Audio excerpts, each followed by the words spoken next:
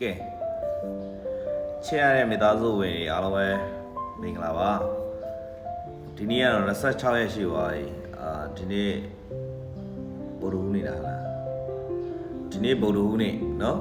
ကဲကျွန်တော်ရဲ့မိသားစုဝင်တွေကိုကျွန်တော်နေ့တိုင်းပန်းလေး3ပွင့်မြောက်ဝေပေးနေကြဆိုတော့ဒီဗီဒီယိုပိုင်းလေးကို like and share လေးလုပ်ပေးသွားဖို့ပြောချင်ပါတယ်အရင်လိုမျိုးအားပေးနေသေးတဲ့ခွန်ဆိုင်ရေဆိုလို့ရှိရင်လည်းဘေးမှာရှိတဲ့အပေါင်းလေးနဲ့အသေးလေးပေး comment လေးရေး comment လေး share ပေးခဲ့နော်ကြကြောင်းရဲ့မိသားစုဝင်တွေကျွန်တော်ပြောချင်တာဒီနေ့ဗုဒ္ဓဟူးနေ့မှာကျွန်တော်ဘက်ကနေအထူးအာမခံချက်100ရာခိုင်နှုန်းနဲ့ပန်း3ပွင့်ကိုမျှဝေပေးမယ်ကျွန်တော်ရဲ့မိသားစုဝင်တွေကကျွန်တော်အတွက်မဟုတ်ဘူးအနေနဲ့ဒီပန်း3ပွင့်ထဲမှာ1000ဘိုးထည့်ပေးနိုင်တယ်ဆိုရင်ကျွန်တော်မျှဝေပေးခြင်းနဲ့ပန်းကိုလိုချင်တယ်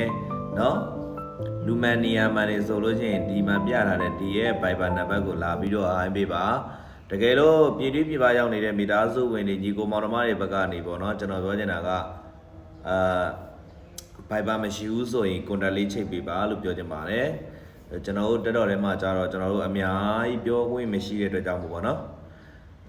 နားလည်ပေးဖို့တော့တောင်းဆိုချင်ပါတယ်ကျွန်တော်မိသားစုဝင်တွေဗီဒီယိုပိုင်းလေးကိုအရင်တော့အားပေးတယ်ဆိုရင်ကျွန်တော်ပြောချင်တာက like and share များလုပ်ပေးဖို့ပဲ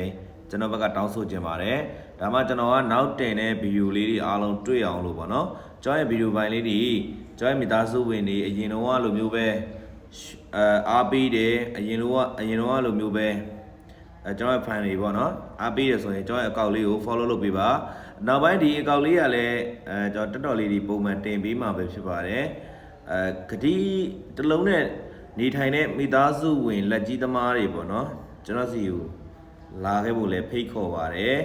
เนาะဒီလောက်ပဲကျွန်တော်ပြောချင်ပါတယ်ကလိန်ကမာကလိန်ကကြစ်တွေဆိုရင်တော့ကျွန်တော်စီမလာပါနဲ့ကျွန်တော်လည်းအဲ့ဒါတွေမကြိုက်ပါဘူးเนาะကဲမိသားစုဝင်တွေအားပေးတဲ့မိသားစုဝင်တယောက်ချင်းစီတိုင်းမင်္ဂလာရှိတဲ့ morning မနက်ခင်းလေးဖြစ်ကြပါစေလို့လည်းဆုတောင်းပေးပါတယ်เนาะဒီနေ့ကျွန်တော်ပြောတဲ့ပန်း3ဝင်လေးကို